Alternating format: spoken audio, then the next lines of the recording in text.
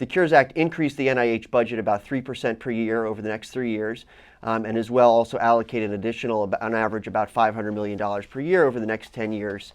Although, and this is important because the NIH budget had been decreasing over the last decade and a half in inflation-adjusted dollars by about 22%.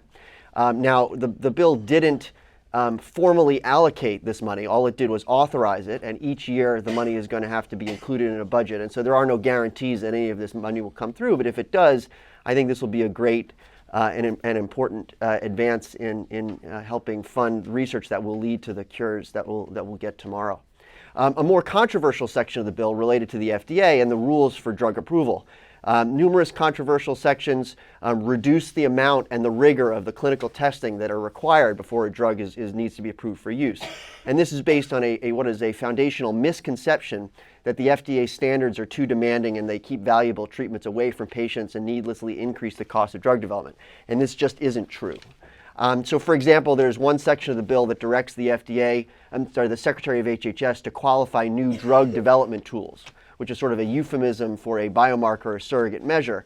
For example, scientific merit isn't even a required component of this drug development tool certification.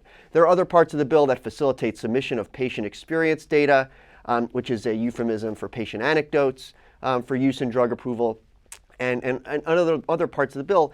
In fact, the FDA already uses all of these tools in evaluating products, but the bill pushes the FDA, I think, in some sections to go beyond what is scientifically and currently reasonable for these options.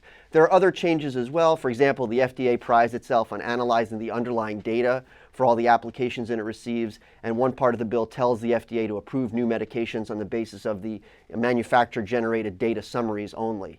There's another part of the bill that provides approvals for new antibiotics, a pathway based on very limited data, speeding approval of new devices based on limited data. So I just want to make clear that no section of the bill formally changes any of the basic FDA requirements on efficacy and safety, but many parts of this part of the bill overemphasize speed over science and the reliance on less rigorous data to meet those standards, and that's what's made this part of the bill particularly controversial.